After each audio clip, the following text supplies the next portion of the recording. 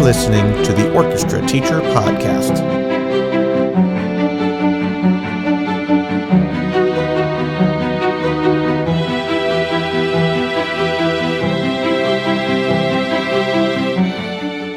Welcome, ladies and gentlemen, to the Orchestra Teacher Podcast. Dr. Charles Laux here, and this is episode number 94.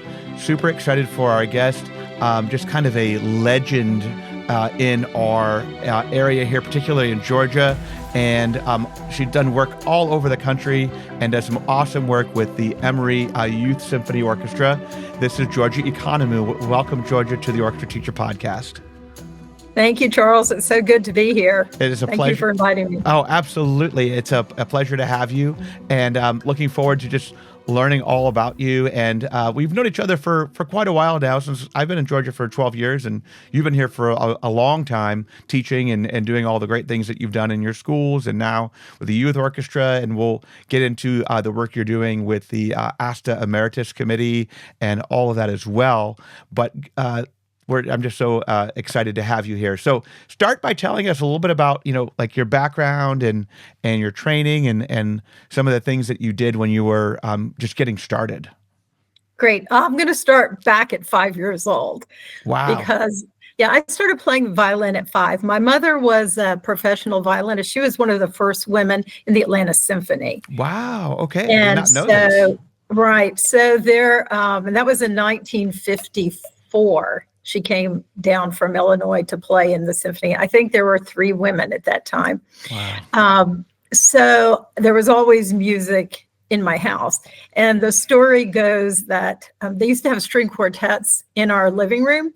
And I guess I was like 3 or 4. And if it was out of tune, I'd go run and tell them it's out of tune and make them stop and play it again. So I think I learned really early on how to diagnose out of tune, because out of tune obviously affected me in the early years. But I started playing, at 5 and studied with the concertmaster of the Atlanta Symphony. Great. They realized very early on that I wouldn't read the music. I would just, hear it and play it. Right. And this is so vivid. I remember at a lesson, and I was probably 6, they said, "Here's the music, play." And I can remember looking up and said, "You really think that I can do that? And how dare you, stop playing it for me?" So that was my introduction into how to read music. It was a lot easier not to read music. Right. So I grew up through the Atlanta Public Schools, okay. Morningside Elementary School, and we had a decent program. We actually had an honors, the Area 3 Orchestra, and Linda Chernyavsky, Linda. Yes. And I played an elementary orchestra. You guys go way back. I did not know that you were since you were children. That is so cool. She'll laugh. She's 2 years older than me, and so she was always in the front. Yeah, she was always in the front of the section, and I was always in the back of the section. But then I played, through high school, and then I ended up I played with the Atlanta, what was to become the Atlanta Youth Symphony Orchestra. Mm-hmm. And my mother also was the concertmaster of what was the Atlanta Emory Community Orchestra. Mm. So really early on, and Peter Lemon's father, Bill Lemons, was the conductor. Wow. So, but they both stuck me in the back of the violin section in about the 5th grade, playing with all these adults. And I don't know, I just remember playing all the great choral works and orchestral works. Not sure how many notes I played, and I'm sure I couldn't read it at that point either. But you were there. But I did, but had a lot of exposure to playing a lot of great repertoire before I went to college, and went to Northwestern and studied with Sam Megan, who was the concertmaster of Chicago Symphony. Mm. He had plans for me to, play in the symphony, and I had other plans. I wanted to teach. So that's... And you knew that right away. I knew that right away. Yeah. I didn't want to practice the amount that I... had to practice in order to, take auditions and play. And I really loved teaching. I'd never taught, but I thought I'd love teaching. So I did, in undergraduate, I did choral. Part of my degree was in choral. Oh, So I it didn't was know that. Okay. orchestra and choral. And so I wasn't sure if I was going to go and do like elementary music, general music or strings. And it was funny because I went and talked to the dean at Northwestern, and he said, well, you're going to have to go to and take all the band courses, because if you get a job, you either can be a band director or an orchestra director. Mm-hmm. I said, I want to be an orchestra director or a choral director. Well, we don't have that. Yeah.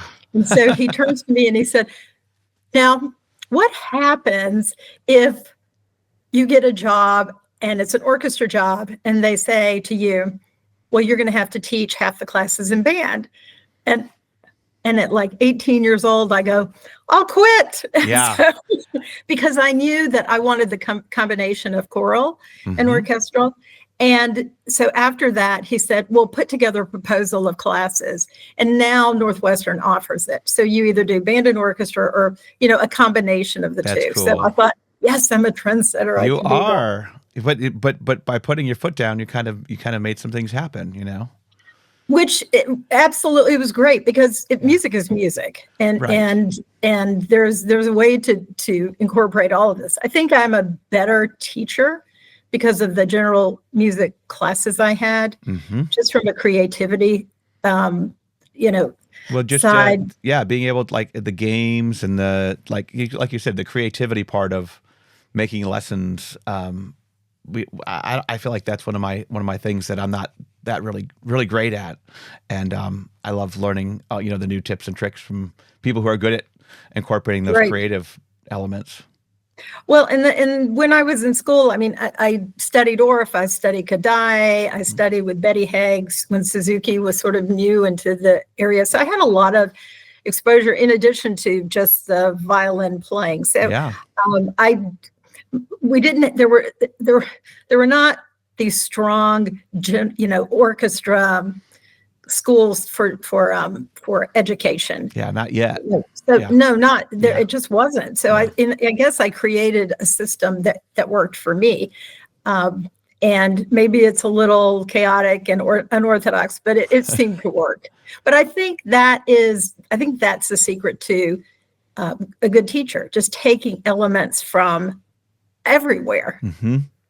Well, And that's not- like professional development is so important, and I was invited to TMEA, did sessions at TMEA, but I got to go to this amazing cello session, and I got so much out of it. And there's a lot of people who will just present and they're like, okay, I'm not going to anything, or people who just don't go to conferences at all, and I just feel like they're missing out on being refreshed and getting new ideas, because we want to be able to teach. I mean, you've been teaching for decades, and you want to be able to do things differently every time, or at least try to, right? Absolutely. And I think the teachers who aren't willing to experience all of these things, going to the conferences and taking little pieces and incorporating into their teaching, they burn out because they get stuck in a rut, and they're not willing to say, well, let me just try this, because it's not going to hurt. The thing is, it's either going to work or it's not going to work. Mm-hmm. It's very simple. If it doesn't work, then you go to plan whatever. Yeah. But just knowing that there are so many, options out there. I still go to conferences. I don't even really need to go to conferences, but I'm still learning. Right. I'm still working with kids and going into schools. It fascinates me after I finish a session and I'm like, why didn't I use that, 20 Right. years ago? Where Right. did it come from? Yeah. That's a good point. And as much as we talk on this podcast about the kids change too. So like we change, the kids change too, and we have to be willing to adapt to the changing environment, to changing psychological things they're going through. Society has changed. I mean, I was talking to kids today at school and about the way that we wrote papers when we were growing up, and having to go and check out these books and write down, quotes and paraphrase things. And on the back side, you write, well, okay, this is the resource you got it from. And you have to write all the bibliography information out. And it's so different now. Well, they just have to press AI and all of a sudden they have a bibliography. They have everything in front of them. But, along what we were saying, teachers need to be able to read the kids Mm-hmm. and to, to feel what,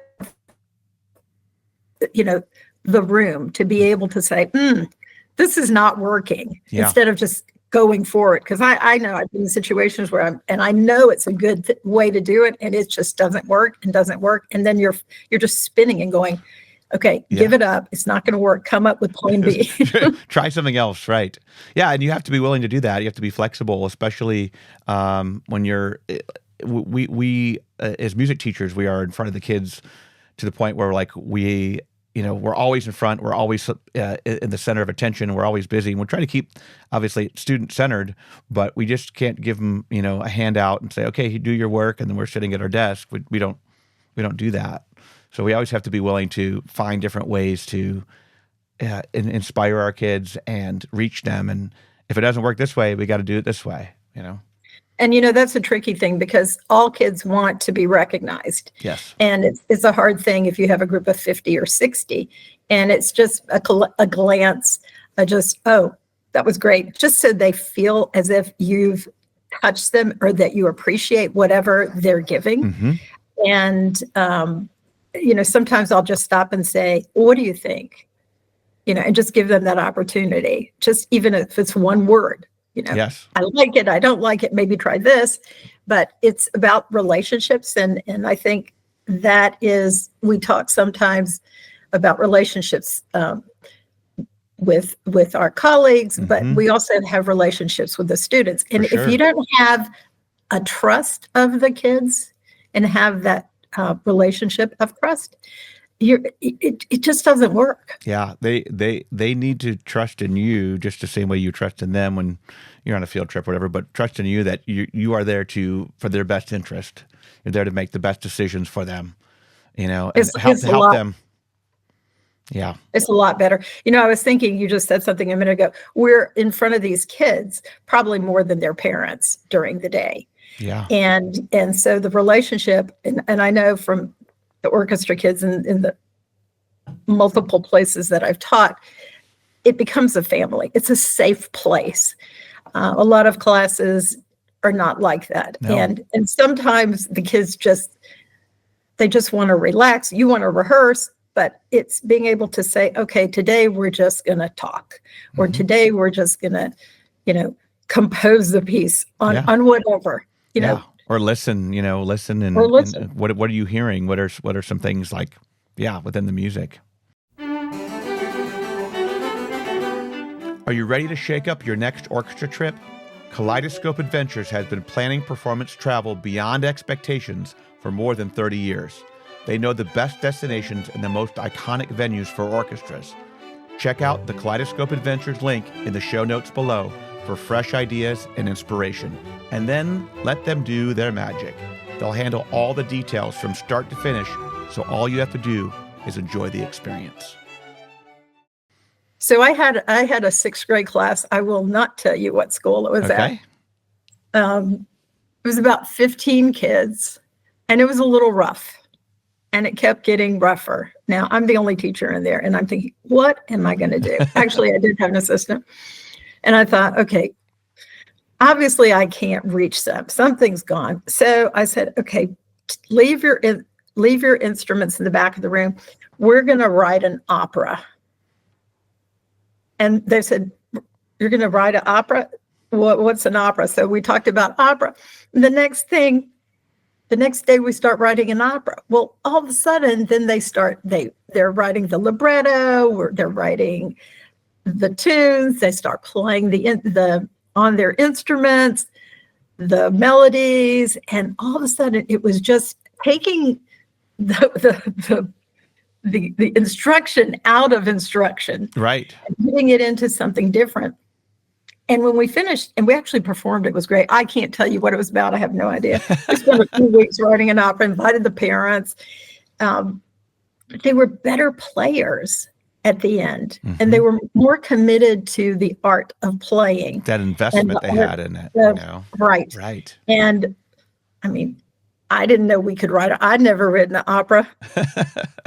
Nobody's performed it. I don't even know where it is. That's amazing, though. Yeah, it was fun. Yeah. But that's where I took the choral training and then, put this into the whole thing. Yeah. So you taught at when you taught for several decades, and were you at the same school for a long time? I was at Lovett, the Right. Lovett School in Right. Paideia, and for about 18 years each. Okay. And but I started in Fulton County, In the public and I schools. had 8 elementary schools and 1 high school Wow. down in the southern part of the county. Mhm. After 2 years, I didn't think I could continue that. It was 9 schools. That's crazy. I think my limit, Yeah. my max has been 6 a week, and not every day 6, but between here and there 6 schools a week. But that's 9. Yeah. I can't even imagine 9. It was 9, and it was. I mean, it was my first job out of college, Okay. and you think you can conquer the world, but I was pretty burned out after 2 years, and And that's I where thought, you learn, "What?" though. You learn what you Oh, can do and what you can't do. right, Yeah. right. And back then there were no.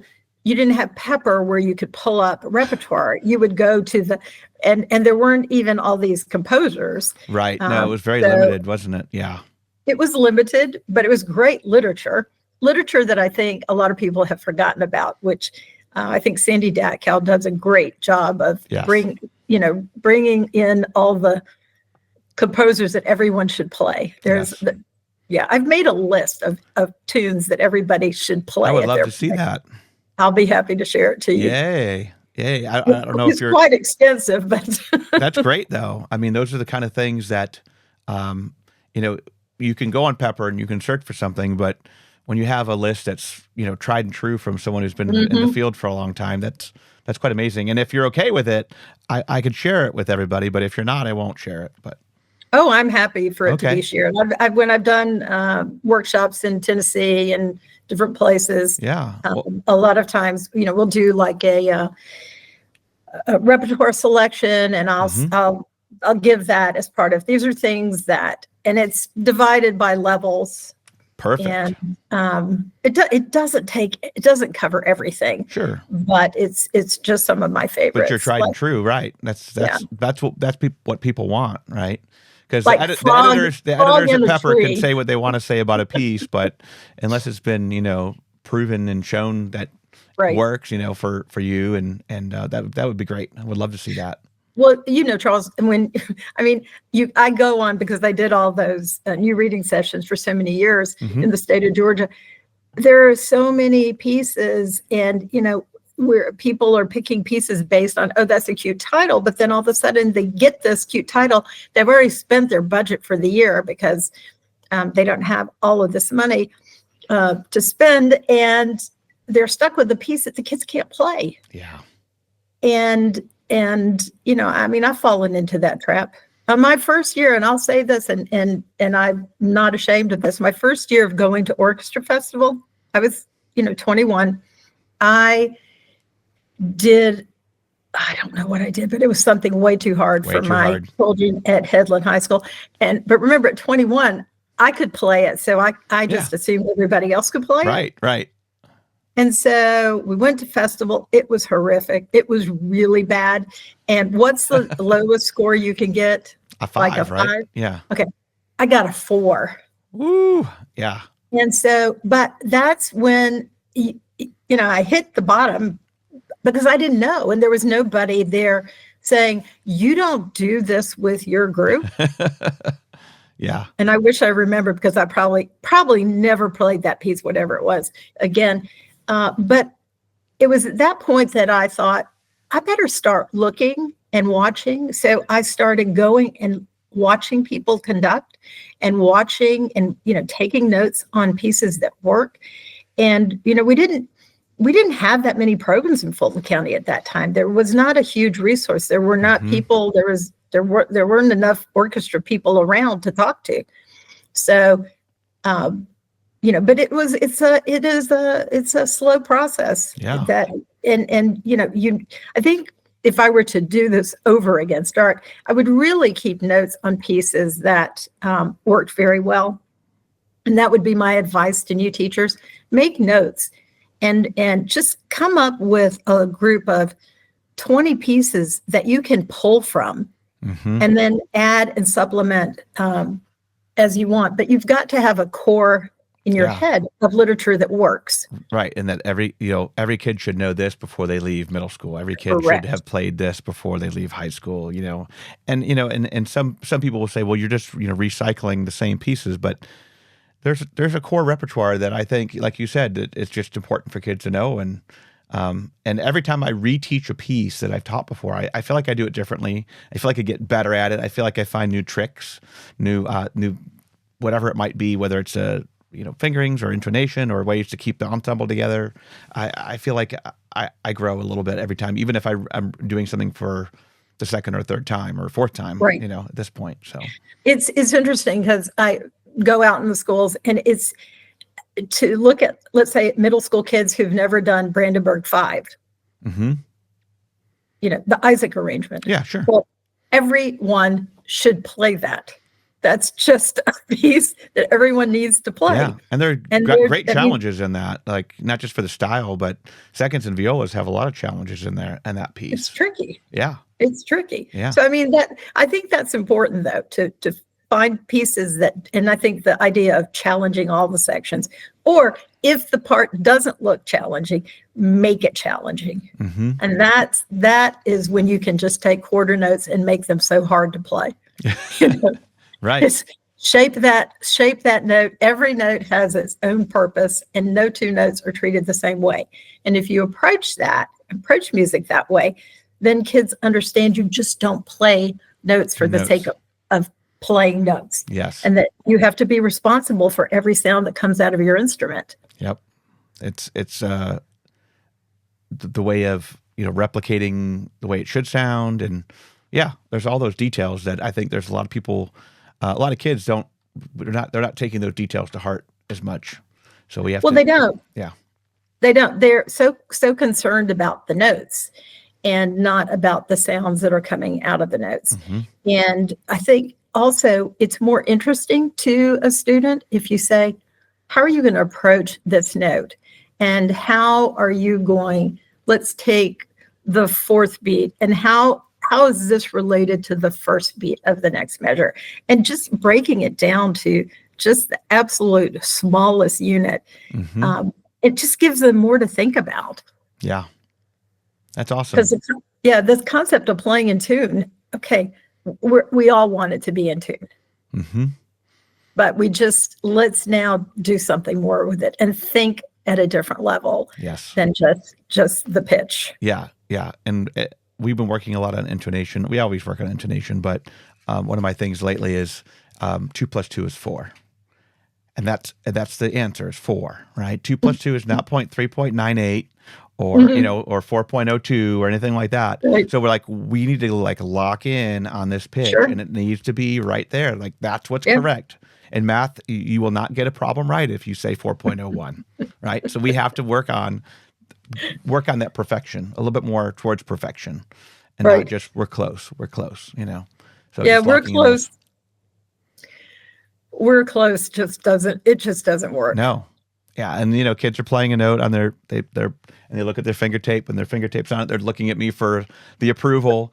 Like, no, you have ears. Close your eyes, listen to it. And they can do it. They have great ears, but sometimes they're just so worried about what it looks like or my approval. Looking at me with like there's a tuner on my head or something. So well, it's so hard to. Pitch was easy for me. So as a teacher, I had to figure out how to teach pitch. I played it. I think all of us come with different experiences. Sure. So it was hard at the beginning, and obviously I made the 4. I could do it. But I couldn't figure out why the rest couldn't do it because first of all, they weren't that much younger than me, which was a problem as a new teacher. Sure. But I just, at the beginning it's like, oh, why can't you do it? I can do it. So then you have to move past that. Yeah. And now I realize if they can't do it, it's your fault. you're only as good. The kids are only as good as the person on the podium. That's right. And there's no two ways about it. You can't blame the students. Yeah. I mean, in presentations, I'm like, who is responsible for intonation? And it's like, you are responsible for your students' intonation. If you let them play out of tune, they will, and obviously, not everything will be perfect. And my kids don't play perfectly in tune, but I try to uphold that standard. And I realize, like, when they don't play in tune, it's on me because I let them play out of tune. I know if you've experienced this where you're in a rehearsal and you're just like, sometimes I just lose myself in what I think it sounds like. Right. And then you have to wake yourself up and go, rewind. That is really not let's try that again, because I don't think it's as good as I think it is. That's why I love recording my rehearsals, because it's like you listen back, you're like, oh, I thought that, oh no, it did not sound good. Yeah. Yeah, that always scared me. The playback, that really. It's one of the toughest things to do, and video's even worse when you're like videoing your conducting and you look back and you're like, did I really do that? I know. I've looked at a few videos of me. Thank goodness my name's not attached to them. They're from some Allstate things. I'm like, oh. It's pretty funny. We'll keep that information. I mean, I couldn't believe it wasn't bad. It was just a little flamboyant. We're hard critics of ourselves, and I think it's okay for us to be that way, and we do need to self-evaluate and look at how we're doing things and how we're approaching things, and it's okay, and it's good that we would be bad teachers if we weren't self-critical. Right. Yeah, people ask me to come in and they'll go, now, what do you think? And I said, well, do you want me to sugarcoat it, or do you really want me to tell you how I think you can improve? Mm-hmm. And most people want to know,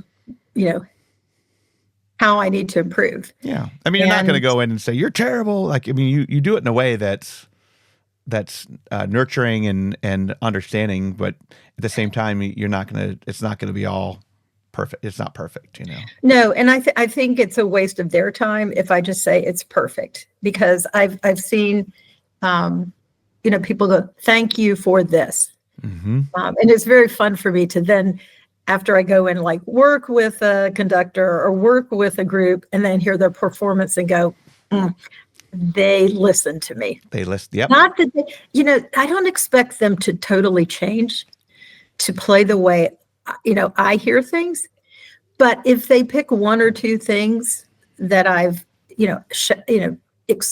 explained or showed them that they could do, it's great. It makes me feel so good. I'm like, yes, that's good. Yes. Yeah. You've made an impact.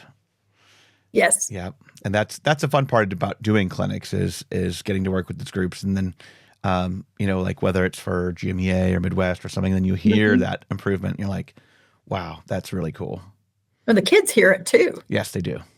That's the whole thing. Sometimes the teachers don't hear it, but the kids hear it. Yeah, that's awesome. So can you tell us a little bit? I know you spent a lot of time in private school. We haven't had a lot of private school teachers on the podcast, and it would be great to give us your insight on, because you have done some public school, but you spent a majority of your career in private school. Can you give us the ins and outs, the ups, the downs, and all that of some of your experiences in teaching private school? And that would be awesome. Well, yeah, I people ask me that question, and it's basically their kids. Kids are kids. Kids are kids. And when I went from one private school to the next private school, people are like, oh, they're so different. And I'm thinking, no, they're really kids who want to learn. Yeah. The public schools and the private schools, they have their own set of issues. Sure. And the benefits for me when I was in the private school, I didn't have to go to 9 schools. So from a standpoint, yes. I didn't have to carpool myself, move myself around. And so I felt, so when I started at Lovett, we started in the 2nd grade. Wow. All the way through 12th grade. And I had an assistant, Mike Bryant, who was a band director who ended up becoming an orchestra teacher. Yay. Actually, from the work that he did with me, because I had 40 first graders at Lovett, and we were running. Literally, we didn't stop. We had classes of 40 and 40 and 40. But there's no one to blame if like the middle school is bad, because you keep go, oh, that middle school teacher is just horrible. You're responsible. It's you. It's me. Yeah. And especially when I was doing elementary school so it's stressful on that level. Sure. By the end of the career, I always had a second teacher. Nice. And that made it a lot easier. It's tricky also in the private schools because you're in one school, but you're in 3 schools. For instance, both Lovett and Paideia. Going to faculty meetings, I really couldn't go because you were trying to figure out, do I go to elementary, do I go to the junior high, or do you go to high school? So you never really felt like you belonged in a school. Right, I could see that. Mm-hmm. But so you had the same issue as being in 9 schools because I never felt like I belonged. Yeah, that's the opposite extreme. But you taught at all 3 levels, and the cool thing is that everybody knew you. Oh, they knew me. Yeah, they did because, we were always producing programs, and I always tell people that we have as orchestra teachers, really as music teachers, we're always on. We always have to produce. We're not like the math teacher who, gives the test and goes home and not, it's always creating the next concert, the next event. Yeah. It's always when they need a group for whatever event at the school, they'd say, okay, well, we need, 30 minutes of music, of background. I'm like, oh, we don't do background music. Yes, you do. Yeah. You'll be doing it at this event. That's right. Yeah. I mean, and both of those schools that you're at are pretty kind of high-end private schools, like very expensive. But you still get a variety of diverse student body. So I've been using this new budgeting app called You Need a Budget, or YNAB for short, and it's a game changer. I have never felt so in control of my money and so excited about the future. So sign up for YNAB, and then we can nerd out together. If you sign up, you get a 1-month free trial, and you can find that at tinyurl.com/the Orchestra Teacher YNAB. But I mean, I had a little of everything. Mm-hmm. But I mean, the way I saw it was they were all just kids in the orchestra. Yeah. And I not talk back, but I've talked to some of my former students, and they were all like, there was no time where we felt like we were being singled out. We were part of this group. It didn't matter if we were whatever our background was.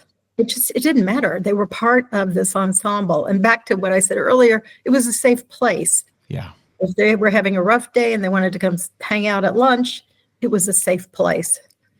But it was also the room that when they were bringing prospective students, they'd always come to the orchestra room. Mm-hmm. And it was funny. It got to the point where when it was admissions tours, I would tell the kids, because I knew what days, look, we're going to rehearse, but when I say go, you start in playing this piece that we know. So you always sounded good when the visitors came through. We sounded great when the visitors came through. Yeah. But that the private schools have their own, luckily I worked for great headmasters. Mm-hmm. So I was really supportive headmasters. One, it actually makes a both. Difference. Yeah. Listen, they were great. But one of them actually said to me at my last school, I would prefer if I don't talk to you. And I said, why? He said, because every time you come in, you want more money. I said, well, you told me when I got this job that you wanted me to fix this program. And the first thing I did, it was at Paideia, I said, this is not going to work. I don't have a room that's big enough. And within like a week after I was hired, he said, I need you to come over and meet with the architect. I said, why? He said, we're building you an orchestra room. I said, oh, that was, Wow. so it was really good. I mean, it was in on the building of that room and actually built in on the building of the orchestra room at Lovett, where David Eccles is right now. Wow. That's so cool. So it was cool. So, I mean, those are the perks. Yeah. They also had a great cafeteria at Lovett. Okay. Primo food. It was free. So it was always the free lunch. And, if you're hungry, then you go get the cookies before the lunch. And it's just, those are just little perks like that. Right. But, I think in both of the schools, we had fine arts faculty, great fine arts faculty, but a really good parent support and parent groups. Makes all the difference.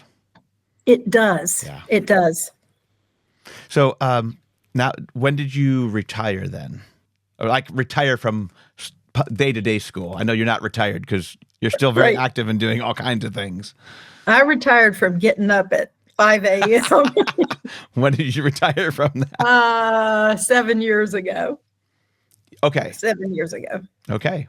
And so you've been active with Emory Youth Orchestra, and they meet once a week or several times a week, or how does?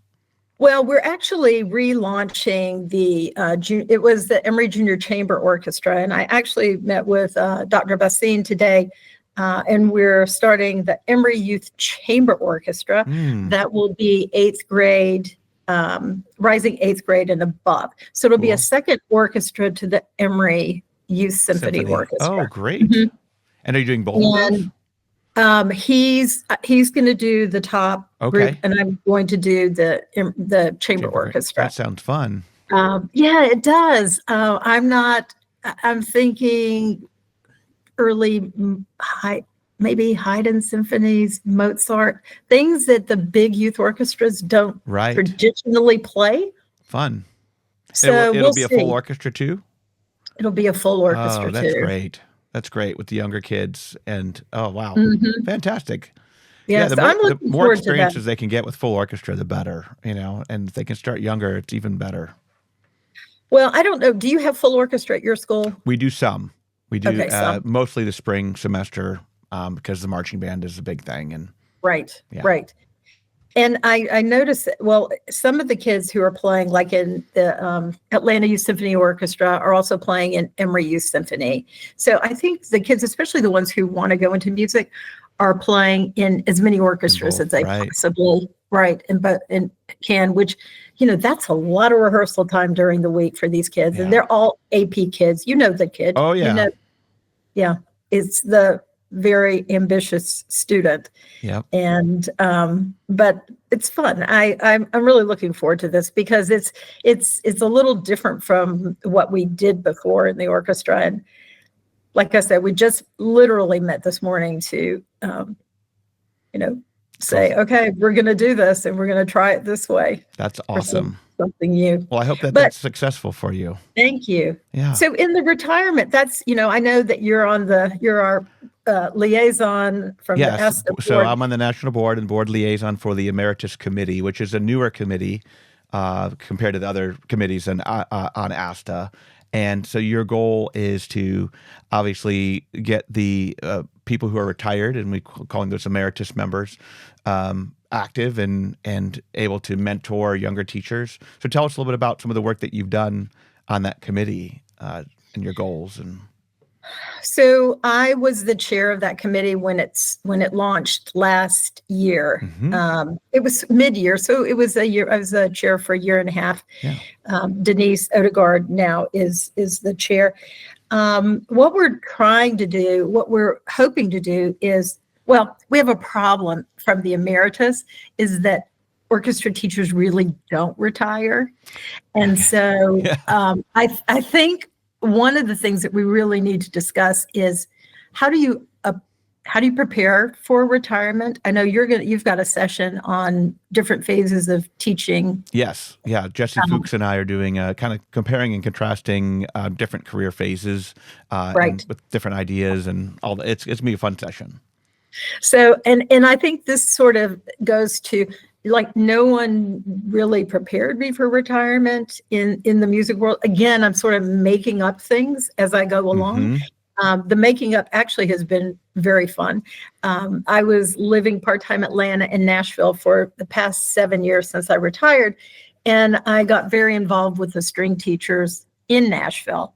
Cool. So I was going into, they had a program that was funded by CMA, Country Music Awards or Association. Yeah. And so they would bring in like side-by-side teachers to come into the schools.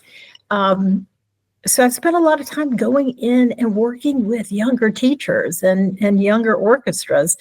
And it was great. And I think the part about retirement is so good is you pick and choose. Yes. So if you don't want to get up at 4 o'clock to be at a school at 6 o'clock, then you know you're busy that day. That's or something. Right. But it's I think, you know, it's this lifelong learning. And I think that's what the Emeritus Committee can do. It can help people figure out, you know, or give them ideas, what they've done to be successful. I would say that everybody on our committee still is actively working. Yes. Either, you know, doing honor orchestras, doing community orchestras. I look at Juana Alzaga, who started the Buford Highway That's right. Orchestra. You know, just things that maybe are passionate to you that you haven't had the time to do because you were working all the time, and just creating things. Someone once asked me, "Oh, I'm just waiting for an orchestra to come along," and I'm thinking, well, why don't you make an orchestra? There you go. If you have a vision, then start it. Yeah. And if you're not getting up at 5 a.m., you have time to do some of those organizational tasks and administrative things to get that going. Exactly. You know? Exactly. So, I mean, that's kind of where this whole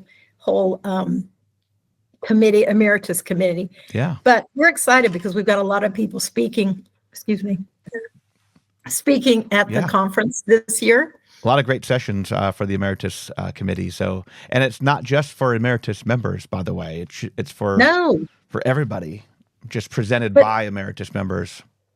But Charles, there's no age limit on the Emeritus. Like, everybody's gonna retire someday. So I'm thinking everybody should be a member of Emeritus so that they can start thinking about what they're gonna do next. Yes. We really don't have, but you have to. I remember at the conference last year, excuse me, there was someone, where was he from? He was like from North Dakota.